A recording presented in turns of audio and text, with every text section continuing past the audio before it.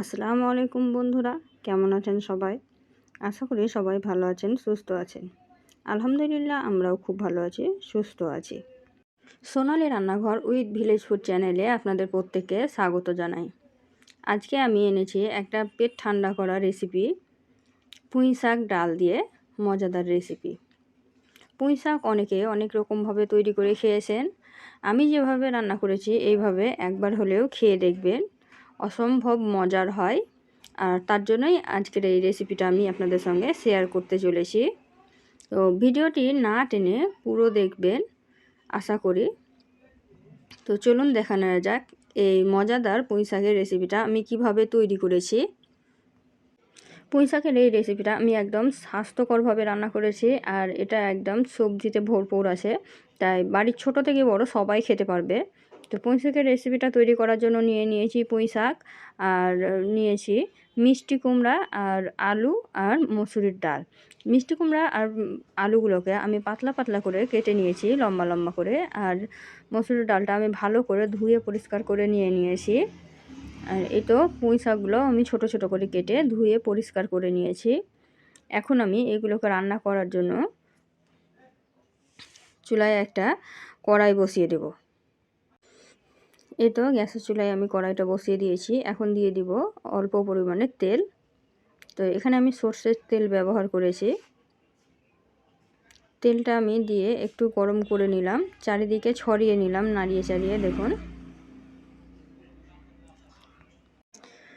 তো একটু লক্ষ্য করে দেখলেই বুঝতে পারবেন যে তেলটা গরম হয়ে গেছে। এখন আমি এর মধ্যে দিয়ে দিলাম আদা, রসুন, পেঁয়াজ আর জিরার পেস্ট। সব কিছু দিয়ে আমি ভালোভাবে একটু কষিয়ে নেব পেস্টটাকে।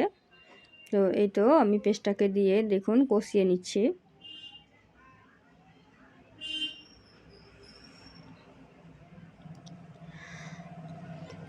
পেস্টটা হালকা একটু কষিয়ে নিয়ে আমি দিয়ে দিলাম হলুদ গুঁড়ো। হলুদ গুঁড়োটা আমি এখন পেস্টের সঙ্গে ভালোভাবে মিশিয়ে নিচ্ছি নাড়াচাড়া করে। এই তো ভালোভাবে আমার মেশানো হয়ে গেছে,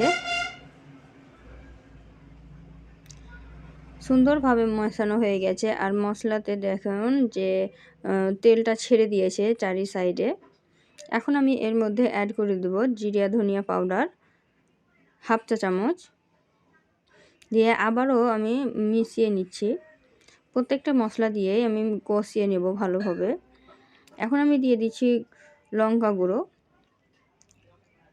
দিয়ে আবারও মিশিয়ে নিচ্ছি। এইভাবেই মশলাটা তৈরি করে নেবেন, তাহলে কিন্তু ডালটা খেতে অপূর্ব স্বাদের হবে।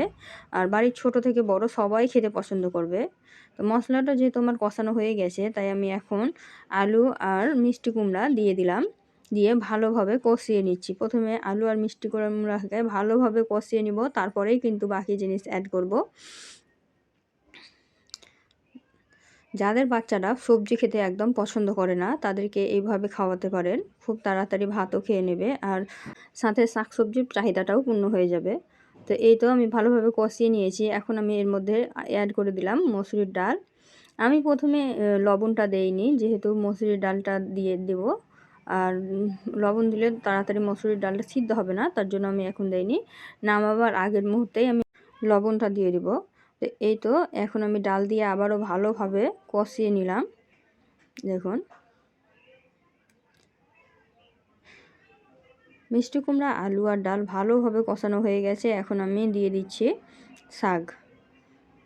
পুঁই শাকটা আমি ধুয়ে পরিষ্কার করে জল ঝরিয়ে রেখেছিলাম, দিয়ে ভালোভাবে এখন নাড়াচাড়া করে মিক্সড করে নিচ্ছি। দেখুন, ভিডিওটি যদি প্রথমবার দেখে থাকেন আর চ্যানেলে যদি নতুন সদস্য হয়ে থাকেন, তবে অবশ্যই আমার চ্যানেলটিকে সাবস্ক্রাইব করে নেবেন, আর পাশে থাকা বেল আইকনটিকে প্রেস করে দেবেন রান্নার নোটিফিকেশন সবার আগে পাওয়ার জন্য। তো এই তো আমি এখন সব কিছু ভালোভাবে মিশিয়ে এর জল অ্যাড করে দিলাম।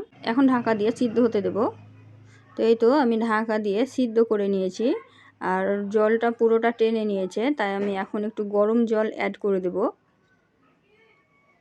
এই তো দেখতেই পাচ্ছেন যে জলটা পুরোটা টেনে নিয়েছে, আর সব কিছু একদম ভালোভাবে সিদ্ধ হয়ে গেছে।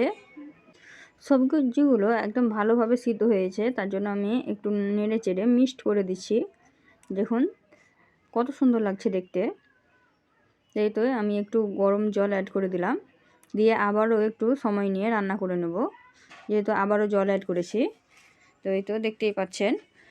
আর আমি এখানে একটু বেরেস্তা দিব, তার জন্য আমি পাশে বেরেস্তাটা ভেজে নিচ্ছি। এখানে আমি রসুন আর শুকনো লঙ্কা আর পেঁয়াজ দিয়েছি, আর দিয়েছি 5 ফোড়ন।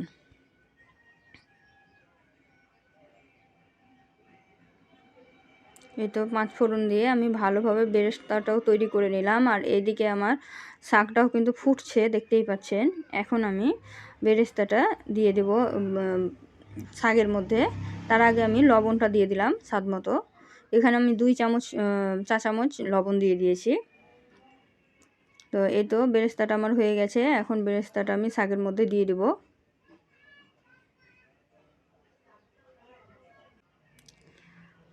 বেরেস্তাটা আমার সুন্দরভাবে হয়ে গেছে, দেখুন কত সুন্দর হয়েছে। এখন আমি দিয়ে দিলাম শাকের মধ্যে।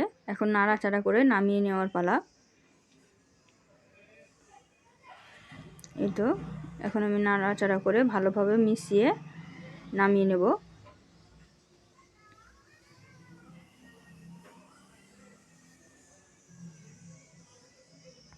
তো এই তো বেরেস্তা দেওয়ার পর আবারও আমি ভালোভাবে রান্না করে নিয়েছি, আর সব কিছু নাড়াচাড়া করে মিক্সড করে দিয়েছি। এখন দেখতে কতটা সুন্দর লাগছে দেখুন। এখন আমি গ্যাসটা বন্ধ করে নামিয়ে নিয়ে দেখাচ্ছি যে কতটা সুন্দর হয়েছে।